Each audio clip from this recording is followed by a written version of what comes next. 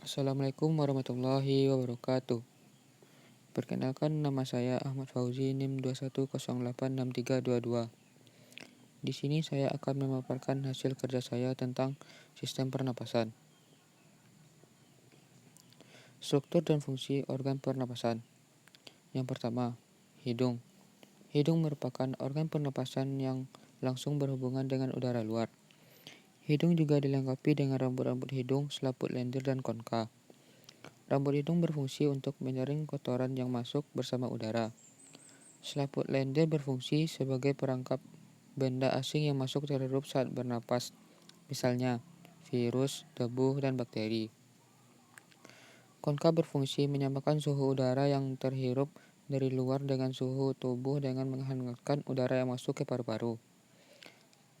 Konka mempunyai banyak kapiler darah. Yang kedua, faring. Faring merupakan organ pernapasan yang terletak di belakang atau posterior rongga hidung hingga rongga mulut di atas laring atau superior. Faring berfungsi sebagai jalur masuk udara dan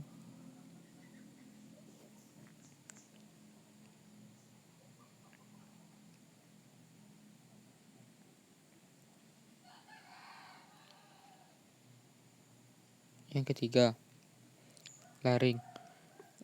Laring atau ruang suara adalah organ pernapasan yang menghubungkan faring dengan trakea.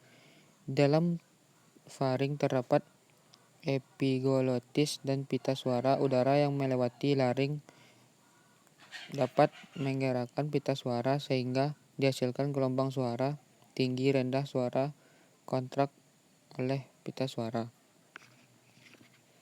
Yang keempat, trakea. Trakea atau batang tenggorokan adalah saluran yang menghubungkan laring dengan bronkus. Panjang trakea sekitar 10-12 cm dengan lebar 2 cm. Dindingnya tersusun dari cincin tulang rawan dengan selaput lendir yang terdiri dari jaringan epitelium bersilia yang berfungsi untuk menyaring benda-benda asing ke dalam saluran pernapasan. 5. Bronkus. Bronkus atau percabangan trakea. Masing-masing bronkus memasuki paru-paru kanan dan paru-paru kiri. Struktur bronkus hampir sama seperti trakea, tetapi lebih sempit. Bentuk tulang rawannya tidak teratur tetapi berselang-seling dengan otot polos. Yang keenam, bronkeolus. Bronkeolus merupakan cabang-cabang kecil dari bronkus. Pada ujung bronkiolus terdapat gelembung-gelembung kecil pada ujung-ujungnya dan berdinding tipis yang disebut alveolus. Alveolus yang ketujuh, alveolus. Alveolus adalah ujung bronkeolus yang terdapat gelembung-gelembung kecil pada ujung-ujung dan berdinding tipis. Selanjutnya, mekanisme ventilasi. Ventilasi merupakan langkah pertama dalam paru-paru sebagai organ penukaran gas dan penyuplai kebutuhan jaringan tubuh. Ventilasi adalah suatu proses berurutan inhalasi dan menghembuskan nafas. Dalam kondisi tenang, paru-paru menyerap sejumlah oksigen per menit yang sesuai dengan kebutuhan untuk mendukung metabolisme jaringan dalam jumlah yang cukup, tidak lebih dan tidak kurang. Proses ini juga bertujuan untuk menghasilkan karbon dioksida yang dihasilkan oleh metabolisme. Selama inspirasi oksigen yang dihirup dari udara berada pada konsentrasi sekitar 21% atau tekanan parsial PO2 sekitar 150 mmHg. Inhalasi dilakukan dengan menurunkan tekanan gas alveolar dan di bawah tekanan atmosfer, diikuti kontraksi diafragma dan otot-otot dinding dada yang memperluas rongga dada sehingga akan mengurangi tekanan intoraks. Ketiga, tekanan entoraks turun, demikian juga dengan alveolar. Ketika tekanan alveolar turun di bawah tekanan atmosfer, maka udara akan mengalir dari luar melalui sepanjang saluran udara untuk mencapai alveoli, yang bercampur dengan gas alveolar yang tersisa dari napas sebelumnya. Tingkat oksigen alveolar dari napas sebelumnya jauh lebih rendah dari inspirasi karena telah berkurang pada proses difusi,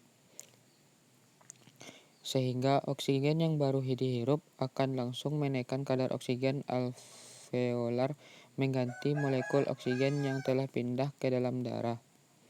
Proses ini berfungsi untuk menstabilkan kontraksi oksigen alveolar dari waktu ke waktu pada level sekitar 14% atau sekitar 100 mmHg. Selanjutnya, oksigen secara berkelanjutan akan berpindah dari alveoli ke dalam darah di paru-paru, dan oksigen yang baru akan dihirup masuk ke dalam alveoli. Semakin cepat oksigen yang berpindah, makin rendah kontraksi oksigen tersebut di dalam alveoli. Sebaliknya, semakin cepat oksigen dimasukkan ke dalam alveoli dari atmosfer, maka tinggi pula kontraksi oksigen di dalam alveoli. Oleh karena itu, kontraksi oksigen pada alveoli dan tekanan parsialnya dikontrol oleh 1. Kecepatan absorpsi oksigen ke dalam darah. 2. Kecepatan masuknya oksigen baru ke dalam paru-paru melalui proses ventilasi. Selanjutnya, transport oksigen atau proses pertukaran oksigen atau gas. Yang pertama, oksigen O2 masuk ke dalam tubuh melalui fase inspirasi.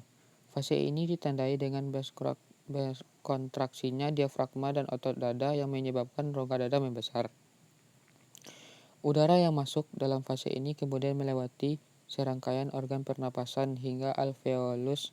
Selanjutnya pada alveolus terjadi difusi O2 ke kapiler paru-paru yang ada di dinding alveolus.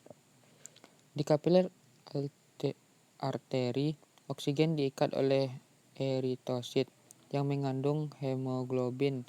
Hal ini menyebabkan oksigen menjadi jenuh. Hemoglobin kemudian mengangkut O2 ke seluruh jaringan dan sel-sel tubuh. Semakin banyak O2 yang digunakan oleh tubuh, semakin banyak pula karbon dioksida atau CO2 yang terbentuk. CO2 sendiri merupakan limbah bagi tubuh sehingga perlu dikeluarkan. CO2 dibawa dari sel-sel tubuh ke kapiler vena. Baru setelah diangkut oleh eritrosit menuju paru-paru, di dalam paru-paru, CO2 kembali menuju alveolus untuk mengalami fase ekspirasi atau melepaskan CO2. Saat fase ini, diafragma dan otot dada berrelaksasi yang menyebabkan volume dada kembali membesar. Selanjutnya, volume dan kapasitas paru-paru. Volume udara respirasi pada setiap orang berbeda-beda, tergantung pada ukuran paru-paru, kekuatan bernapas, dan cara bernapasnya. Pada orang dewasa, volume paru-paru berkisaran antara 5 sampai 6 liter yang terdiri dari yang pertama, volume tidal atau FT. Volume udara tidal adalah volume udara hasil inspirasi atau ekspirasi pada setiap kali bernapasan normal. Volume udara tidal bervariasi tergantung tingkat kegiatan seseorang. Pada kondisi tubuh istirahat, volume udara tidal sebanyak kira-kira 500 ml pada rata-rata orang dewasa muda, dan besarnya akan meningkat bila kegiatan tubuh meningkat. 2. Volume cadangan inspirasi atau VCI adalah volume udara yang dapat dihisap dengan kekuatan inspirasi lebih kuat setelah volume tidal dilakukan pada keadaan normal sebanyak kira-kira 3000 ml. 3. Volume cadangan ekspirasi atau VCE adalah volume udara ekstra yang dikeluarkan atau dihembuskan dengan ekspirasi kuat pada berakhir ekspirasi normal. Pada keadaan normal, sebanyak kira-kira 1000 ml. 4. Volume residu atau FR, yaitu volume udara yang masih tetap berada dalam paru-paru setelah ekspirasi kuat kira-kira sebanyak 1500 ml. Selanjutnya, kapasitas paru-paru. Kombinasi dari jenis-jenis volume disebut kapasitas paru-paru. Beberapa jenis kapasitas paru-paru sebagai berikut. Yang pertama, kapasitas inspirasi atau KI. Sama dengan volume tidal ditambah dengan volume cadangan inspirasi. Inspirasi merupakan jumlah kapasitas inspirasi merupakan jumlah udara yang dapat dihirup oleh seseorang melalui ekspirasi normal dan mengembangkan paru-parunya sampai jumlah maksimum kira-kira 3.500 ml. 2. Kapasitas residu fungsional atau KRF. Sama dengan volume cadangan ekspirasi ditambah dengan volume residu. Besarnya kapasitas residu fungsional adalah udara yang tersisa dalam paru-paru pada akhir ekspirasi normal, kira-kira besarnya 2.500 ml.